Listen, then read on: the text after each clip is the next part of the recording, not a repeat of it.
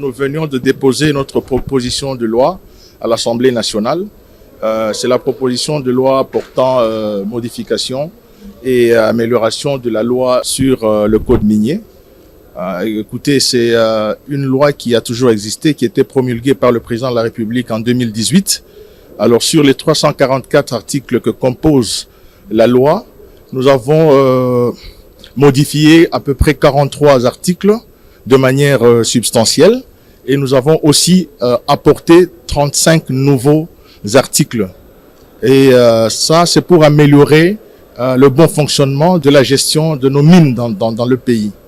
Et comme vous le savez, la présente proposition de loi a apporté 19 innovations majeures, parmi lesquelles nous avons cité le renforcement du pouvoir de l'État sur les matières stratégiques, donc les minerais stratégiques, notamment le cobalt, le lithium, ainsi de suite. Il y a aussi la prise en compte des services, parce que quand la loi a été promulguée en 2018, après sa promulgation, il y a eu des services qui sont nés, qui ne sont pas encore considérés dans le code minier. Alors, qu'est-ce que nous avons fait?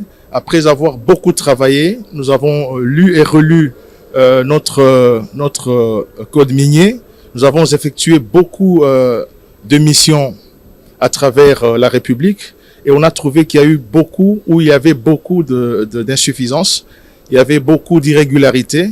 Alors, il a été pour nous question de travailler pour voir comment insérer les nouveaux services qui ont été créés mais qui n'étaient pas encore considérés dans le code minier, notamment le FOMINE, la RECOMS, l'inspection générale des mines. Voilà, ce sont des services qui nous aident à fonctionner dans le secteur minier mais qui n'étaient pas encore reconnus dans le code minier. Nous les avons insérés. Et il y a aussi la grande problématique de la gestion de la dotation, 0,3%. Et comme vous le savez, les 0,3%, ce sont des revenus normalement qui doivent servir la population locale.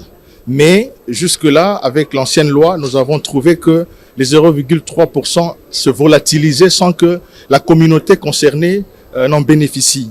Alors avec la nouvelle loi, nous allons insister à ce que l'Assemblée nationale désormais ait l'œil sur les 0,3%, c'est-à-dire le ministre sectoriel sera obligé de passer chaque mois de mars pour nous faire le compte à l'Assemblée nationale et que nous nous rassurions que les 0,3% vont réellement à la population locale.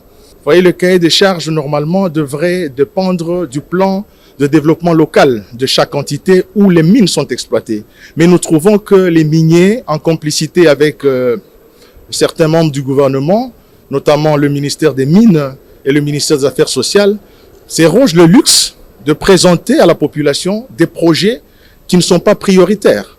Alors, avec la nouvelle loi, nous allons nous rassurer que les cahiers des charges respectent le besoin de la communauté sur le plan local.